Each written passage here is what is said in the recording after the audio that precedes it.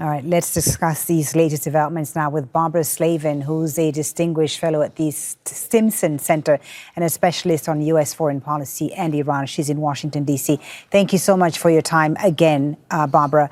Thanks for joining us on Al Jazeera. Let's start with the big picture first. Do you think the ceasefire announced in Lebanon will make it easier for Tehran and Washington to reach an agreement? Well, I think it will help, but it's... how should we put it? It's necessary but not sufficient. There are serious differences between the United States and Iran, at least as we understand their positions, particularly when it comes to the nuclear question. So this helps the atmosphere. It will make it easier. But there have to be these understandings reached between the United States and Iran on the most serious issues. Lebanon, unfortunately, for both Iran and the United States, is a side issue. It is not the meat of the issue. Okay, we'll get into the nuclear issue in just a moment. I just wanted to ask you about the Iranian foreign minister, when reacting to the ceasefire announcement in Lebanon, said that there needed to be a complete withdrawal of Israeli forces from southern Lebanon, which we know Prime Minister Netanyahu has said is not going to happen.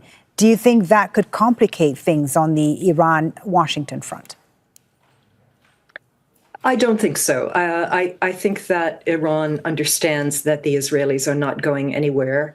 I think from their point of view, it's sufficient for the Israelis to stop bombing Beirut, to stop these mass casualty attacks, because the optics of that were certainly terrible.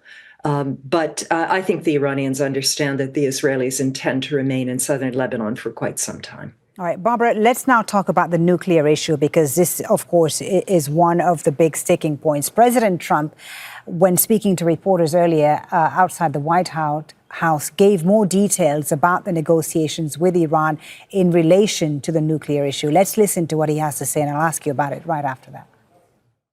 Very important is that Iran does not have a nuclear weapon, and they've agreed to that. Iran's agreed to that, and they've agreed to it very powerfully. They've agreed to give us back the nuclear dust that's way underground because of the attack we made with the B-2 bomber. So we have a lot of agreement with Iran, and I think something's going to happen very positive. So, Barbara, President Trump says there that Iran has agreed to give back the nuclear dust, in his own words there. What do you make of that? And do you think they're seeing eye to eye on this nuclear issue? Well, first of all, Iran has insisted for years that it does not have any intention to make nuclear weapons. And of course, that was in the preamble of the nuclear agreement that Donald Trump left unilaterally in 2018. As for the so-called nuclear dust, this is actually gas, and it is buried deep under rubble. I'm not aware that the Iranians have agreed to ship it out of the country. What they have said is that they're willing to retrieve it and to downblend it so that it's no longer such a high concentration of U-235, so it's not so close to weapons grade uranium.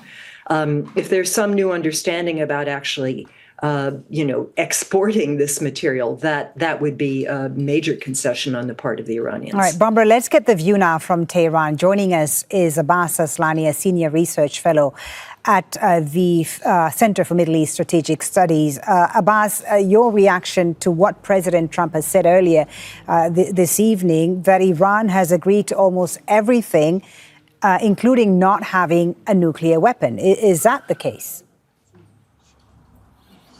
Iran also in the past had said that they are not seeking nuclear weapon. That is, for sure. But there have been some new demands by the United States that were raised back in Islamabad that was maximalist from Iranian point of view. And the U.S. somehow raised those in the last minute during the talks, which in some ways prevented a final understanding on the framework of that potential deal. And this, goalpost moving and shifting is somehow, from Iranian sources' perspective, hindering the progress in the talks. So, and they say that, those positive remarks by the American officials aim to ease and calm the market rather than to reflect the real breakthrough in the talks. But Abbas, are there any areas of overlap here between the two sides to make Donald Trump say that a deal could be reached as soon as this weekend?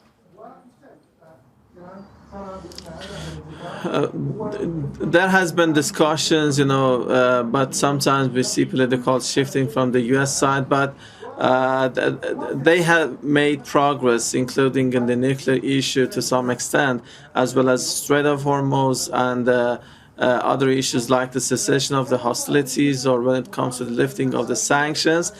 But nothing is agreed until everything is agreed. And the momentum or the trend sometimes is positive, sometimes negative in the talks. This is the nature of Iran-US negotiations. This was also the case in the past, but this time we are seeing much more fluctuation of this kind. And every issue or every discussion on a specific topic can impact others. So that's why I think we cannot predict the final outcome in the middle of negotiations, and we can say a deal is done when it's over. All right, Barbara, Abbas says nothing is agreed until everything is agreed. What do you see as sticking points that risks derailing progress? Well, Iran has always insisted that it has a right to enrich uranium on its own soil. It has agreed to suspend enrichment for a period of time. We heard that in Islamabad last weekend, Iran offered to suspend enrichment for 5 years. Reportedly, J.D. Vance wanted 20 years. Donald Trump has said he wants in perpetuity. So I think there needs to be some agreement on at least a lengthy suspension of enrichment. There also has to be an agreement on downblending or sending out the highly enriched uranium, some 900 pounds of highly enriched uranium, which Iran still possesses. There would need to be substantial sanctions relief or unfreezing of assets, I think, to sweeten this deal. So look, I mean, if Donald Trump wants an agreement that he can say is better somehow than the Obama-era deal, I think that's eminently doable. But if he's going to insist on no enrichment forever, and if he's not going to be willing to agree to substantial sanctions relief, I don't think he's going to be able to get there. We're not in the room. We don't know what the Pakistanis are saying to the Iranians, what they're saying to the United States. But, there is a possibility, but both sides have to give a little. It has to be, as Javad Zarif used to say, the former foreign minister, win-win, right, or it's not going to work. Abbas Aslani, what is Iran willing to give at this stage for this to work, and what internal dynamics right now in Iran could bolster this deal, this agreement, if it were to happen?